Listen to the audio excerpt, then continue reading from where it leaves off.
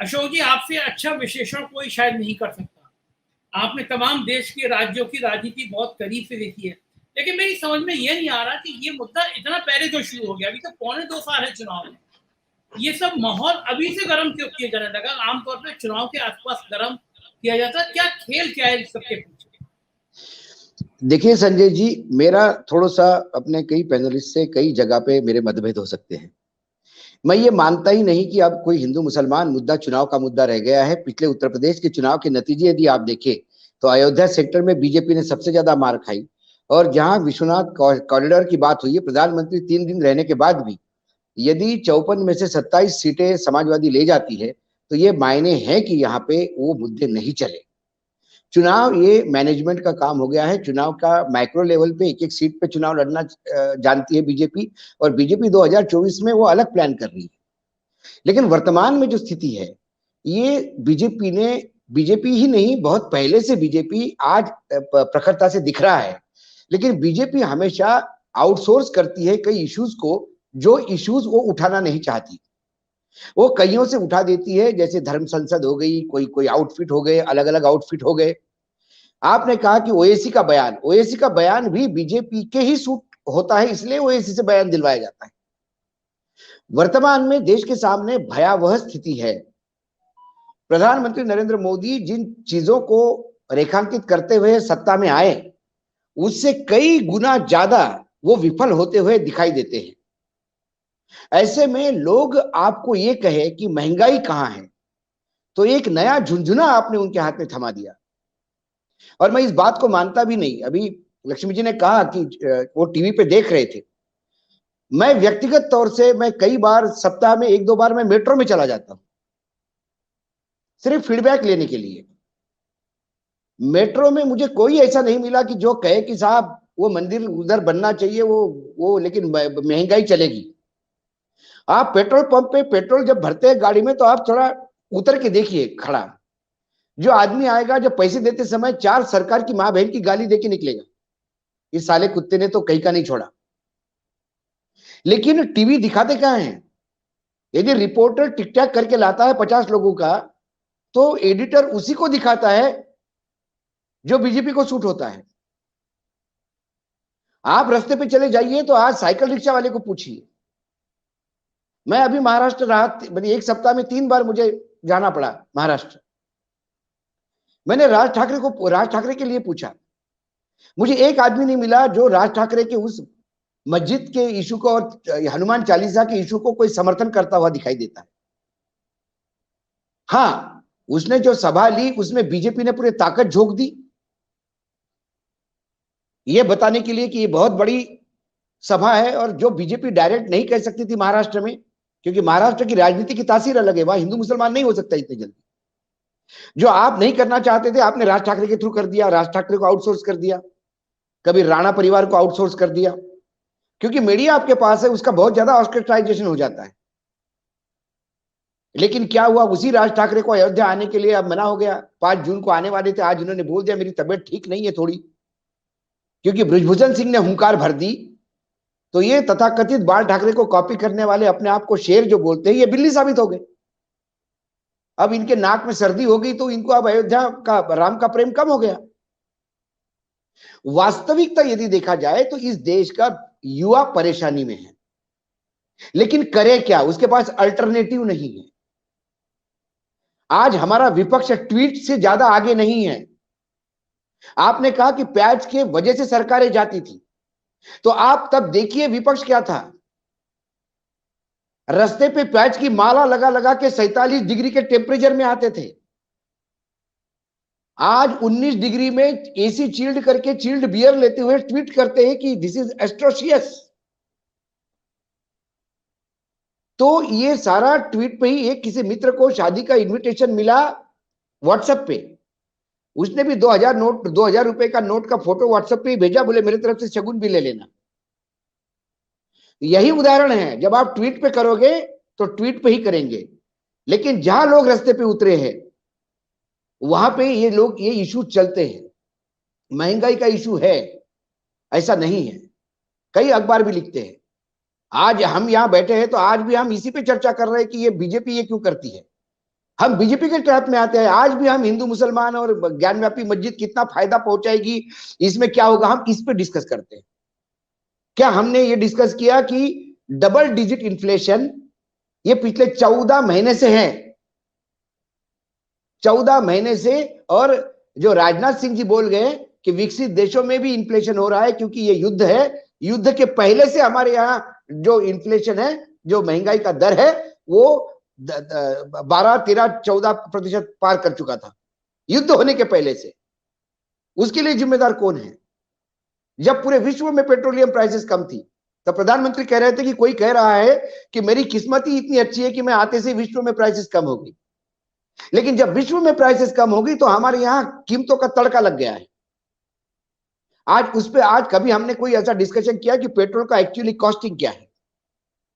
Russia से petrol लाने की बात कर रहे हैं लोग, बोलते हैं अब सस्ता हो जाएगा, लेकिन हमारे टोटल इंपोर्ट बिल से मात्र 2% रशिया से आ रहा है, और वो भी महंगा पड़ता है। रशिया ने फ्री में दिया तो भी महंगा पड़ेगा हमें, क्योंकि कैरिंग कॉस्ट इतनी है।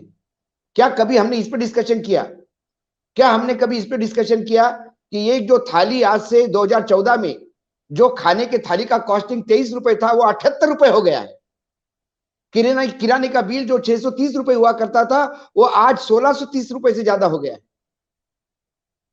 आज हम ये नहीं कहते आज नींबू का रेट क्यों इतने नींबू महंगे हो गए, क्या कभी हमने इससे बात की है? गैस जब लोग सरकार कहती है कि हमने इतने फ्री सिलेंडर दिए हैं, और उस महिलाओं के प्रति गुहार लगाते हैं कि ये महिलाओं की आंखें खराब होती थी, फेफड़े खराब होते थे, तो क्या प्रधानमंत्री जी इस बात को बताएंगे कि एक सिलेंडर देने से ही आंखें ठीक हो जाती है और फेफड़े ठीक हो जाते हैं? आज सरकार इस बात का आंकड़ा दे कि कितने रिफिलिंग में कितना फॉल आया है। यदि आपने 2.5 करोड़ सिलेंडर दिए हैं तो उसमें से 2 लाख भी रिफिल नहीं हो रहे हैं, क्योंकि 1000 रुपए का सिलेंडर रिफिल करने के बजाय वो सूखी लकड़ी आज भी चूल्हे चल रहे हैं, और जो गैस की टंकी है उसके ऊपर फट्टा रख के वो टेबल का काम हो रहा है। क्या अभी हमने कभी सर्वे किया? क्या हमने कभी 10 लोगों को जाके, संजय जी ने 10 झोपड़े में जाके पूछा कि क्या है तुम्हारा गैस कहाँ है, चूल्हा क्यों नहीं बना रहे हो, ये गैस चूल्हे पे क्यों बना रहे हो? हम भी उसी ट्रैप में आते हैं, हम भी मस्जिद करते हैं। आज एक बहुत बड़े सुपारी व्यापारी है नागपुर में, मेरे मित्र है, उनका फोन आया मुझे कि देखिए आपसे एक व्यक्तिगत गुजारिश है, आप बहुत ताकत से बोलते हैं, आप इस औरंगजेब के बारे में बोलिए, बताइए उसने मस्जिद तोड़ी है। मैंने उससे क्या होगा? बोले लोगों को पता पड़ेगा कि बर्बरता क्या होती है। मैंने बोला मंदिर तोड़ने से औरंगजेब की बर्बरता नहीं रेखांकित होगी। औरंगजेब ने संभाजी महाराज को कैसा मारा, 8 दिन तक उसकी हत्या की, पहले आंखें निकाली, जबान काटी, कान काटे, हाथ पैर काटे, ये बर्बरता है, और ये हर आदमी जानता है भारत में। लेकिन औरंगजेब ने ऐसा किया, इसलिए मेरे पास में जो अहमद मियां है उसको जाके मैं रोज लपड़ नहीं मार सकता कि एक बार औरंगजेब ने ऐसा किया था। बोले नहीं, लेकिन ये गद्दार जो लोग हैं उनको साथ में नहीं रखना चाहिए। तो मैंने बोला झांसी की रानी को किसने मरवाया था? वो परिवार आपको कैबिनेट में चल जाता है। मैंने बोला औरंगजेब ये व्यक्ति नहीं, ये प्रवृत्ति है। आज वर्तमान में केंद्र में बैठे हुए लोग औरंगजेब से कम नहीं। औरंगजेब ने यदि हत्याएं की है तो मलिक साहब जो गवर्नर है उनका वो स्टेटमेंट याद करिएगा। जब वो प्रधानमंत्री से मिले और 3 किसान कानून वापस लेने के लिए बोला, और बोला कि ये 700 किसान मर गए साहब, कुछ करिए, तो उन्होंने कहा मेरे लिए थोड़ी मरे हैं। यदि इस देश का मुखिया ये कहे कि मरने वाले किसान मेरे लिए नहीं मरे हैं, तो फिर औरंगजेब में और इनमें क्या फर्क है? कर्नल डायर और इनमें क्या फर्क है? लेकिन इसको रेखांकित कौन करेगा? मैंने बोला रावण की भी पूजा होती है इस देश में, रावण की भी पूजा होती है इस देश में, तो क्या उस गांव को उजाड़ कर दोगे? तो हमारे आनंद भाई ने कहा कि रावण बहुत ज्ञाता था, उसमें सिर्फ एक कमी थी, वो सीता की एक ही गलती की लाइफ में, उन्होंने अहंकार था और सीता का अपहरण किया। मैं औरंगजेब भी बहुत बढ़िया आदमी था, औरंगजेब के बारे में जरा पढ़िएगा, कितने जगह औरंगजेब ने आपको जमीनें दी है। और छत्रपति शिवाजी की मरने के बाद औरंगजेब ने नमाज पढ़ी है शिवाजी महाराज के नाम पे, और कहा कि ये खुदा मैं कितना किस्मत हूं, खुदकिस्मत हूं, खुशकिस्मत हूं कि मुझे तुमने दुश्मन भी दिया तो शिवा जैसा दिया। संभाजी महाराज का बेटा जब उनके कैद में था तो उसको पढ़ाया लिखाया और अपना ग्रैंडसन जैसा, ये इतिहास है। जब जब महाराज छत्रपति औरंगजेब के बारे में प्रधानमंत्री जी ने कहा था, छत्रपति शिवाजी का नाम लेते हुए कि इस औरंगजेब को रोका छत्रपति ने, लेकिन प्रधानमंत्री थोड़ा रिसर्च करें, जब जब शिवाजी के ऊपर मुगल फौजें गई है उसमें 80% राजपूत थे और हिंदू थे, और उन फौजों का मुकाबला जिस छत्रपति शिवाजी महाराज ने किया, उनकी 1.5 लाख घुड़सवार में 60,000 पठान थे। ये कौन रेखांकित करेगा? मंदिर मस्जिद, उसके बाद अब कुतुब मीनार, फिर 4 मीनार। और संजय भाई, जिस ओक साहब ने जो किताब लिखी है, जिसको लेके ताजमहल के ऊपर लगातार बातचीत हो रही है, उस ओक साहब की एक किताब मैंने भी पढ़ी। यदि उन्होंने उस किताब के हिसाब से जाओ तो हमें विश्व युद्ध करना पड़ेगा। उन्होंने इस बात को प्रूव करने का प्रयास किया कि महाभारत के बाद योगशालाएं खत्म हो गई थी, तो कई ब्राह्मण जो तब 2 भागों में बट गए थे, कुछ लोग ये कह रहे थे कि श्री कृष्ण ने महायुद्ध करके महाभारत का सब राज्य खत्म करवाए, अब हमको कोई राजाश्रय नहीं है, इसलिए श्री कृष्ण दोषी है। और कुछ कह रहे थे कि धर्म की स्थापना करने के लिए श्री कृष्ण ने ऐसा किया। तो जो श्री कृष्ण को मानने वाले लोग थे वो धीरे धीरे यूरोप की तरफ बढ़े और उन्होंने नया कल्ट शुरू किया जिसका नाम था कृष्ण नीति। और कृष्ण नीति बाद में अपभ्रंश होकर क्रिश्चियनिटी हो गया। उन्होंने इंग्लैंड के राजा के, महाराज के पैलेस और दरबार पे भी अपना अधिकार बताया और बताया कि वो कैसा हिंदुओं का था और कैसा वहां के सबसे बड़ी चर्च है इंग्लैंड की, वो वेधशाला थी, ऐसा उनका कहना है। वहां खुदाई कर सकते हैं हम लोग। तो वहां यदि करने लगेंगे तो फिर विश्व में जाएंगे कहां हम? वहां खुदाई कर फिर सकते कुछ हैं। दिनों के बाद ये कहेंगे कि ये पृथ्वी की जो हमने तो ये हमारे वराह, जब पृथ्वी डूब रही थी तो श्री कृष्ण विष्णु ने वराह का अवतार लेके पृथ्वी को बचाया था। तो पृथ्वी तो वैसे ही विष्णु की वजह से बची, तो ये तो हिंदू की होगी पूरी। वर्तमान इतिहास से सीख लेना चाहिए और वर्तमान में ठीक रहना चाहिए। आप यदि वर्तमान को बार बार इतिहास परोसोगे तो उसका भविष्य खराब होगा। क्या आप ये करना चाहोगे? अभी प्रधानमंत्री जी ने 2050 तक का रोड मैप दिया अपने वर्कर को, तो 2050 में तो मुझे लगता है महाभारत कालीन स्थिति में ले जाएंगे लोगों को। वैसे ही कपड़े पहनने पड़ेंगे और वैसे ही रथ में चलना पड़ेगा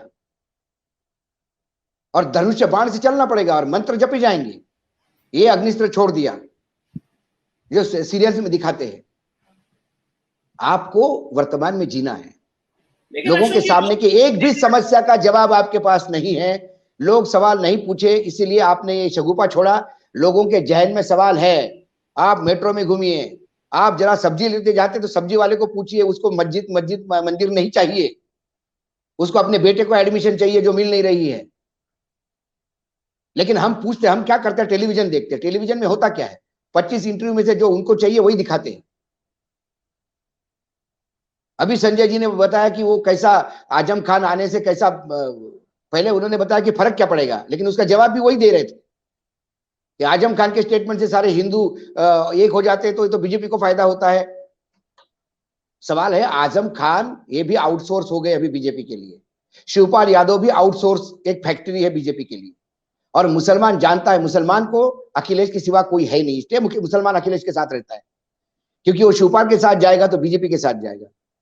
6 सीटें ऐसी है जो ओवैसी ने मात्र 3,000 वोट लेने से 6 सीटें बीजेपी ने जीती है उत्तर प्रदेश के इलेक्शन में। आप एनालिसिस करिएगा तो वो 6 सीटों का मुसलमान जान गया है कि मात्र थोड़ा बहुत हमने प्यार दिखाया, 3,000 वोट क्या गए, तो फिर बीजेपी सर पे बैठ गई। उसके बाद तो जबरदस्ती धर्मांतर होगा, क्योंकि संचालक बोल ही चुके हैं कि यहाँ के सारे हिंदू मुसलमानों का डीएनए हिंदू का है, तो कंपलसरी धर्मांतर होगा कि आपको वापस आना ही पड़ेगा हिंदू धर्म में, क्योंकि आप ओरिजिनल है। हम बोल रहे हैं जब डीएनए है तो 2050 में ये भारत की स्थिति होने वाली है। इसलिए हमें लोगों की नब्ज पहचानना होगी, हमें उस इश्यूज को उठाना होगा। हम मस्जिद और मंदिर के झगड़े में नहीं पड़ना चाहिए, हमें हिंदू मुसलमान के झगड़े में नहीं पड़ना चाहिए। हमें उन चीजों को रेखांकित करना चाहिए जो चीजें कहीं ना कहीं आने वाले पीढ़ी को ये लगे कोई तो है बोलने वाला। यदि हम भी वही डिस्कशन में आ गए कि इनका कितना फायदा होगा और कितना नुकसान होगा, तो लोगों को लगता है कि यही बड़ा इश्यू है। मुझे तो कोई कहता है कि वो मस्जिद होगी, मंदिर होगा, अरे मैंने बोला शिवलिंग कितने भी कहीं भी हो जाएंगे यार। औरंगजेब ने जितने मंदिर तोड़े उससे ज्यादा तो ये मंदिर वहां टूटे हैं काशी कॉरिडोर बनने में, और वो मंदिर टूटे हैं जो स्कंद पुराण में जिसका जिक्र है। लेकिन विकास के लिए जब आप तोड़ते हो तो फिर आप विकास पुरुष कहलाते हो, और किसी और को तोड़ा तो वो फिर औरंगजेब बन जाता है। तो इस नरेशन में हमें नहीं आना चाहिए, हमें वो चीजें लगना चाहिए। मैं जहां मेरे इंडिविजुअल प्रोग्राम है, मैंने कभी आज तक मैंने कोई ज्ञान व्यापी पे इश्यू नहीं किया, मैं सिलेंडर पे इश्यू करता हूं। आज लालू यादव पे जो रेड हुई है, 17 जगह पे रेड हुई है, बिहार की राजनीति का एक नया फिर एक बार फिर से सीबीआई का यूज हुआ है। इसको ये कैसा हुआ है, 18 साल बाद आप किसी केस को निकालते हो, और यदि सीबीआई इतनी नालायक है कि उनको 18 साल बाद लगता है देखने के लिए, कौन मुजरिम 18 साल तक डॉक्यूमेंट अपने पास रखेगा?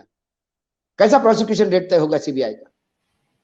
सीबीआई से ज्यादा तो लोगों के पास इंफॉर्मेशन थी। अशोक की सीबीआई की भी गलती नहीं है, वो तेजस्वी क्यों मिल रहे हैं नीतीश कुमार से? अपने घर बैठे तो सीबीआई नहीं आएगी। सवाल नहीं, सीबीआई, किसी ने मुझे सही कहा, सीबीआई की गलती नहीं, सीबीआई आदेश का इंतजार कर रही थी। हमारे यहाँ जांच एजेंसियां आदेश का इंतजार करती है, हमें उसको रेखांकित करना चाहिए। सर्वोच्च न्यायालय के कई ऐसे फैसले हैं जिसको हमें डिस्कशन करना चाहिए, लेकिन नहीं होता डिस्कशन। हम भी घूम फिर के, वो फव्वारा था या वो पिंड थी। आप कभी अजंता एलोरा जाइए, अजंता एलोरा में मैं गया एक दिन, और मैंने देखा कि अंदर शिव जी की भी एक मंदिर है, और वहां अंदर गाय बैठकर, गाय और भैंसे, गाय बैठी हुई थी अंदर और वही गोबर कर रही थी और सब कुछ कर रही थी। तो मैंने बोला यहाँ क्यों है? बोले वो आर्कियोलॉजिकल सर्वे का लफड़ा है, यहाँ पूजा वूजा नहीं हो सकती, इसलिए कोई ध्यान भी नहीं देता। ऐसे कई मंदिर है जहां पूजा ही नहीं होती, वो जो है सिर्फ आपको वही मंदिर दिखता है जहां मस्जिद बनी हुई है। मैं अभी डिबेट कर रहा था तो सामने टीवी पे लिखा आया कि देखिए मस्जिद में दूसरा त्रिशूल निकला, ब्रेकिंग न्यूज। तो ये जो टीवी अंबानी वाले चैनल है ना, ये मैं कई बार कहता हूं कि हम इस बात को बहुत डिबेट में लेते हैं कि फला गांव में मुसलमानों का बहिष्कार हुआ, लेकिन हमने इस बात को कभी नहीं प्रोफाइल किया कि महाराष्ट्र के रायगढ़ जिले में एक गांव है जहां मात्र 5 घर है मुसलमानों के और एक मस्जिद है, क्योंकि कोकन बेल्ट में मुसलमान बहुत है। मुसलमानों ने अपने नाम नहीं बदले, पहला नाम तो अब्दुल रहमान और बीच में अंतुले, अंतुले ब्राह्मण है। वानखड़े, अंतुले, देशपांडे, काले, ये तमाम आपको मुसलमान मिलेंगे। एक वानखड़े तो अभी हुआ जो मुझे एक्सप्लेनेशन देते देते पसीना आ गया था कि मैं मुसलमान नहीं। आप क्या मुसलमान हैं? तो उस गांव की बात सुनाता हूं मैं संजय जी। वो अकेला गांव है जहां दिवाली की नमाज पढ़ी जाती है। मैंने कई मुस्लिम मित्रों को पूछा क्या दिवाली की कोई नमाज होती है, तो उन्होंने कहा कि भाई मुसलमानों में दिवाली होती नहीं तो दिवाली की नमाज कैसे पढ़ेंगे। लेकिन उस गांव में दिवाली की नमाज होती है। उस गांव में पूरा गांव लक्ष्मी पूजन करने के बाद मस्जिद में आता है, सारे मुस्लिम भाई वहां नमाज पढ़ते हैं दिवाली की, और उसके बाद मिठाइयां बटती है और फिर फटाके फूटना शुरू कर देते हैं। क्या हमने उस गांव को कभी रेखांकित किया है? क्योंकि उससे हिंदू मुसलमान नहीं होता ना। इसीलिए मैंने कहा कि हम टेलीविजन और न्यूज़पेपर पे ना जाइए, हम ओरिजिनल रिसर्च करिए, आपको भयावह रिजल्ट्स उल्टे मिलेंगे। तो अशोक जी, जरा रंजीत जी से कमेंट ले लूं। आप इतना बढ़िया बोल रहे थे, मैं आपको रोकने मन ही नहीं कर रहा था। मैं भी बड़ा नहीं ऐसी बात नहीं। मैं मतलब वो जो इंग्लैंड वाली जगह है वहां पे खुदाई कर सकते हैं हम लोग परमिशन लेके। मैंने यही तो कहा कि विश्व युद्ध करना पड़ेगा। महाभारत ये बताता है कि अफगानिस्तान भारत का हिस्सा था, गांधारी अफगानिस्तान से थी। लेकिन एक अशोक जी, एक सवाल का जवाब और दे दिया है, आपसे बात करने में अच्छा लग रहा है मुझे। हमारे भगवान बाबा भोले के मंदिर यहाँ ढूंढ रहे हैं, एक मंदिर वो चीन में भी है, उसको लेने की बात क्यों नहीं कर रहे हैं हम लोग? चीन में भी तो बहुत बड़ा सा बाबा भोले का मंदिर है, वहां पे कोई घुसने नहीं देता है, कभी रोक लगा देता है। मैंने क्या कहा आपको, बाबा को मंदिर की जरूरत ही नहीं है। रावण ने जब बाबा के लिए सोने का महल बनवाया तो बाबा उसमें नहीं रहे। बाबा को कॉरिडोर नहीं चाहिए, बाबा के भक्तों को कॉरिडोर चाहिए, ताकि वहां धन का खेल करना चाहिए। ये किसी के लिए भक्ति का जगह नहीं है, आस्था की जगह नहीं है, ये वोट मशीन का एटीएम है भाई। अब राम मंदिर का एटीएम अब वोट निकालना बंद कर दिया तो ज्ञान व्यापी का नया एटीएम लगाया। एक एटीएम मथुरा में चलेगा, एक एटीएम ताजमहल आगरा में चलेगा, एक एटीएम हमारे यहाँ दिल्ली में लगेगा, विष्णु स्तंभ। बड़ी मजेदार बात होती है अशोक जी, जाते हैं एयरपोर्ट पे ना और मास्क लगा होता है, जैसे यूं हाथ करते हैं सिक्योरिटी के लिए, मास्क हटाते हैं, वो सिपाही कहते हैं आप बानखेड़े जी हैं। ऐसा इनके संग एयरपोर्ट पे कई बार होता है, पूरी एयरपोर्ट पे इनकी शक्ल इतनी फेमस होगी, आप बानखेड़े जी हैं। नहीं है। संजय आप प्रेस क्लब में आए थे तो आपने भी देखा आपका अपना ग्लैमर कितना है। 2 लोग आपसे मिलने आए, फोटो खींच के गए, आपने मुझे कहा ये कौन है, मैंने बोला आपके फैन है, मैं नहीं जानता। और वो आपके प्रोग्राम्स की तारीफ ही नहीं कर रहे थे, बता रहे थे कौन से प्रोग्राम है। तो लोग देखते हैं, रिएक्शन करते हैं, ऐसा नहीं है। इसलिए हमें इनके ट्रैप में नहीं आना है, हमें ज्ञानवाद मस्जिद में नहीं आना है। क्योंकि भोले विश्वनाथ तो अब मुझे नहीं लगता कि वो विश्वनाथ कॉरिडोर में बैठेंगे, वो आदी नहीं है लग्जरी के।